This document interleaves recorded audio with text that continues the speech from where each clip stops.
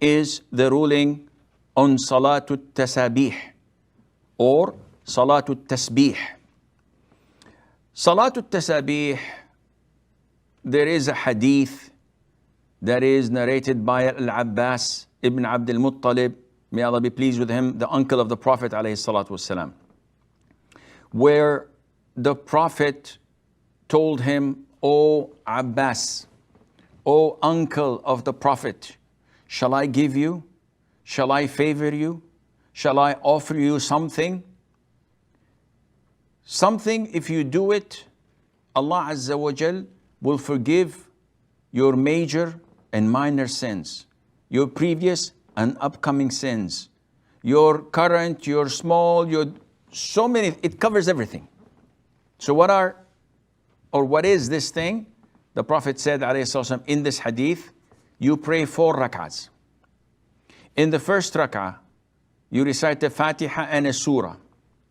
And then you say 15 times after the surah, Subhanallah, Alhamdulillah, La ilaha illallah, Wallahu Akbar. Then you make ruku' and you repeat the same dhikr 10 times. Then you rise from ruku' and you repeat the dhikr 10 times. Then you go for sujood and do the same. Then you sit between the 2 prostrations and you do the same. Then you do sujood again and you do the same. Then you sit before you stand up to the second rak'ah and say the same dhikr 10 times. Then you stand up, and these are 75 times you say this dhikr, and you repeat it in every rak'ah. If you do it every day, that's good. If you do it once every week, that's good. If you do it once a month, that's good. If you do it once in a lifetime, that's good. Narrated by Abu Dawud in the Sunan and others.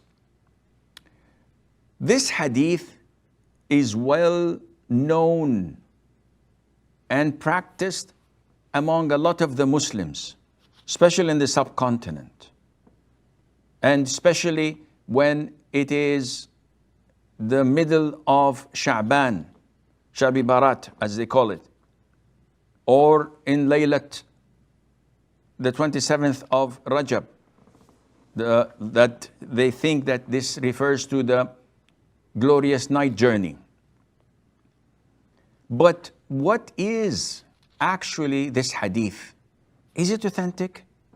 See, as Muslims, it is not what we hear and practice immediately without authentication.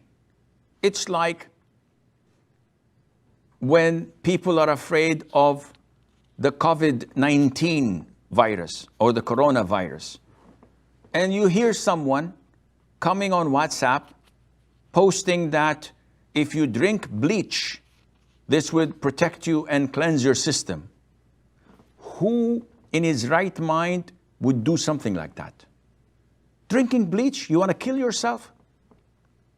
What is this? People are, with things related to deen, to religion, to Islam, are like that.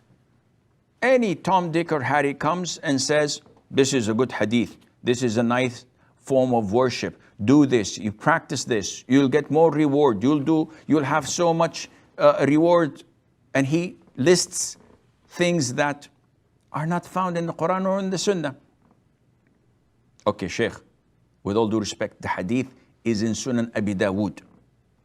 This is true, but not everything in Sunan Abi Dawud is authentic. There are weak hadiths, and the scholars of hadith, the sciences of hadith, know that. The scholars of fiqh also know that. There are weak or not authentic hadiths. But don't listen to me. Let's go to our 4 schools of thought. The school of Abu Hanifa, the school of Malik, the school of Shafi'i, and the school of Ahmad ibn Hanbal. These are the 4 schools of thought that the vast majority of Muslims follow. And you should be one of them. You should follow one of these schools. So what do they say about this hadith? Well, for your knowledge, Imam Abu Hanifa, Imam Malik, and Imam Al-Shafi'i had never heard of this hadith. Never reported it. Never encouraged anyone to do it. Whoa, that's a first. Not only that, Imam Ahmad ibn Hanbal, who was Imam Ahlus Sunnati wal Jama'ah, one of the great scholars of hadith, the compiler of Musnad al-Imam Ahmad. He himself, when he was asked about this hadith, he did this with his hand. And this says munkar. This is weird. This is not from the Sunnah. And this is the four schools of thought. A lot of the scholars also fabricated this hadith. Like Shaykh al-Islam ibn Taymiyyah. He said that this hadith is not weak, it is fabricated. And if you look at it in a realistic way, logical way, which we don't do, because we don't apply logic in things that deal with Islam. We deal with authenticity, we deal with the understanding of the three favorite generations of Sahaba, Tabi'een, and Tabi'it Tabi'een. Their understanding is what governs the way we understand things.